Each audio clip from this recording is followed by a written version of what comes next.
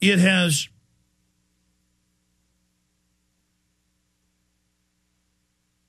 been hard, but at the same time easy to do. I don't know how to explain it. I guess at the final equation, because we all experience this individually, so while I talk about this, you've all had similar experiences or the exact experiences, I know. I mean, we're all human. We're cut from the same cloth. I don't like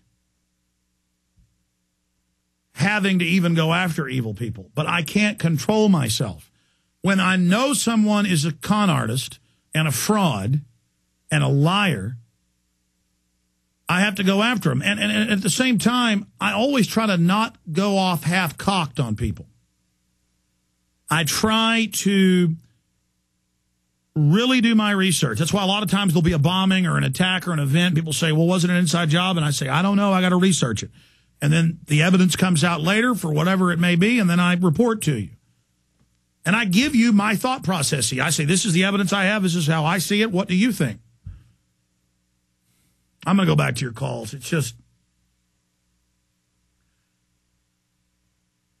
in the short term, it is not good for my, quote, career to come out and say the government murdered everybody at Waco, even though I had the evidence. It's not good to come out and go and confront Bush and get arrested for no reason. It's because I always do it first. I do it right at the peak of the enemy's popularity with whatever new scam they're selling. Because I'm the guy that hits the barbed wire. And I don't know why other people don't hit the barbed wire. Or maybe people aren't in the position to hit the barbed wire like I am. But I hit the barbed wire. I hit the barbed wire over and over and over and over again because it's what I've got to do. I've got to tell you the truth no matter what it is.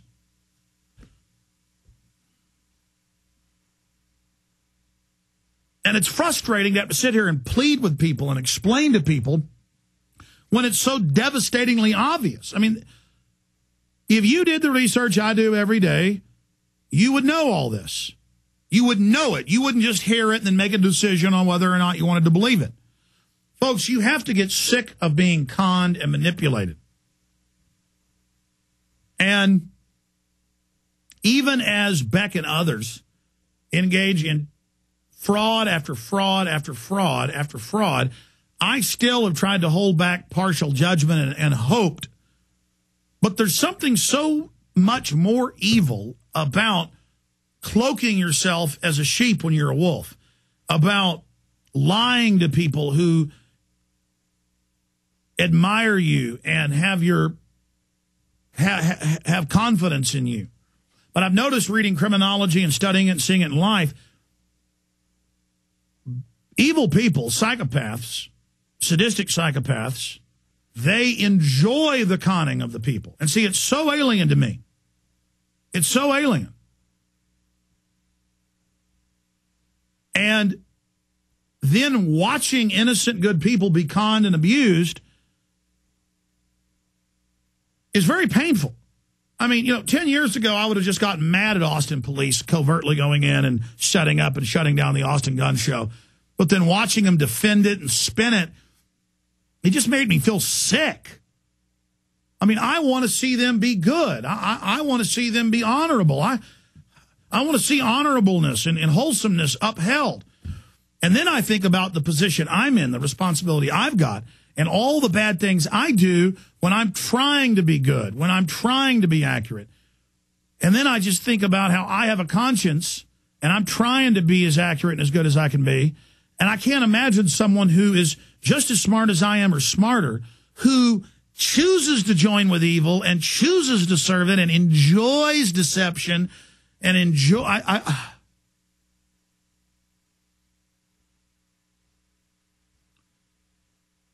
I mean, all I've got is being real. And that's not like, oh, I'm real, I'm holier than thou, I'm good, look how good I am. No, I'm bad. But the point is, I am real. And it's who I am. I'm not making myself that way.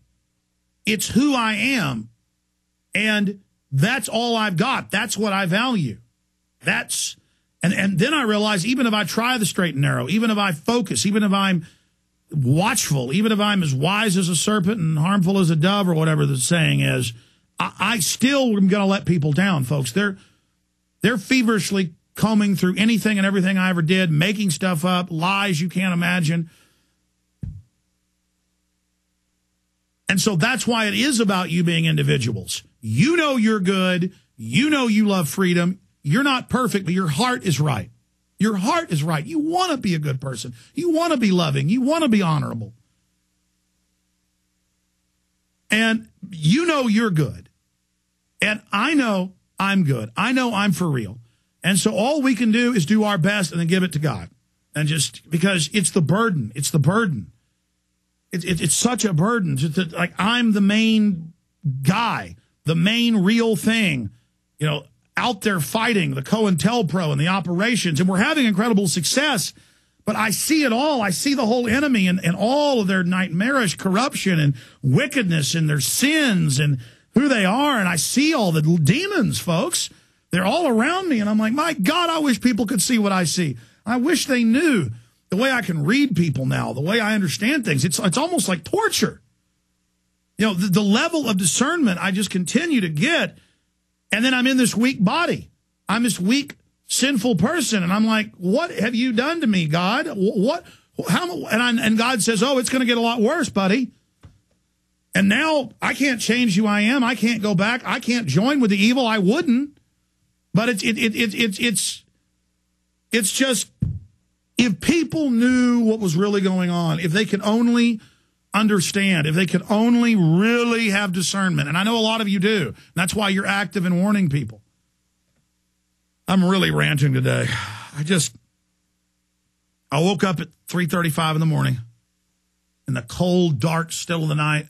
I went into the living room and I just sat there for hours and hours, and you know those thoughts you're having in that still time, the understanding, it was so much more, so much information. It was like downloading information. It was just like, at a certain level, it's good to have the information, and you want more of it, and it's so incredible, but then you want to warn people.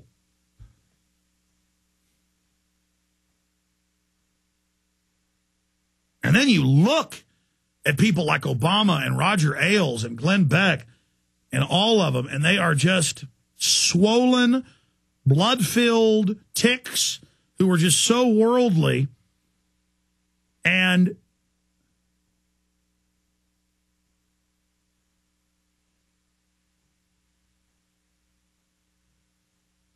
you just can't believe the choices they've made. You can't believe, like, you lose the hatred of them.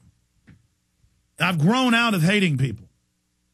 And that was a primitive, worldly, almost warming fire I had of competitiveness, and we're going to beat these people. And now it's not even that. I'm just like marveling at them, marveling at that they could do this, marveling that police and government could be so corrupt, marveling that North Korea could be so evil, marveling that they like it. You know, not just can they do it for petty worldly power. I mean, I'm 36 years old next month, and I already feel really old.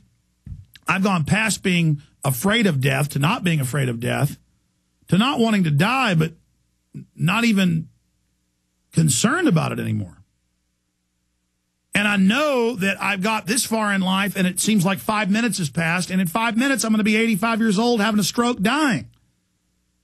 And of course, all you've got in this world is being good and being honorable and loving your little species, sweet little humans. They've got such potential. And we let scum and degenerate, murderous, lying filth run our lives. And just rise up and beat them, folks. Get your guts warmed up. Get your soul on fire. Get some strength. I mean, folks, a lot of you Christians claim you're close to God. There's no way you are in tune with God. Because if you were in tune with God, you would feel the unlimitless love and passion and creativity and honor and everything that is good and everything that is wholesome. And you would feel ashamed of yourself, even if you were somebody trying to be good. You know, our greatest work is like rags. you would be ashamed of how much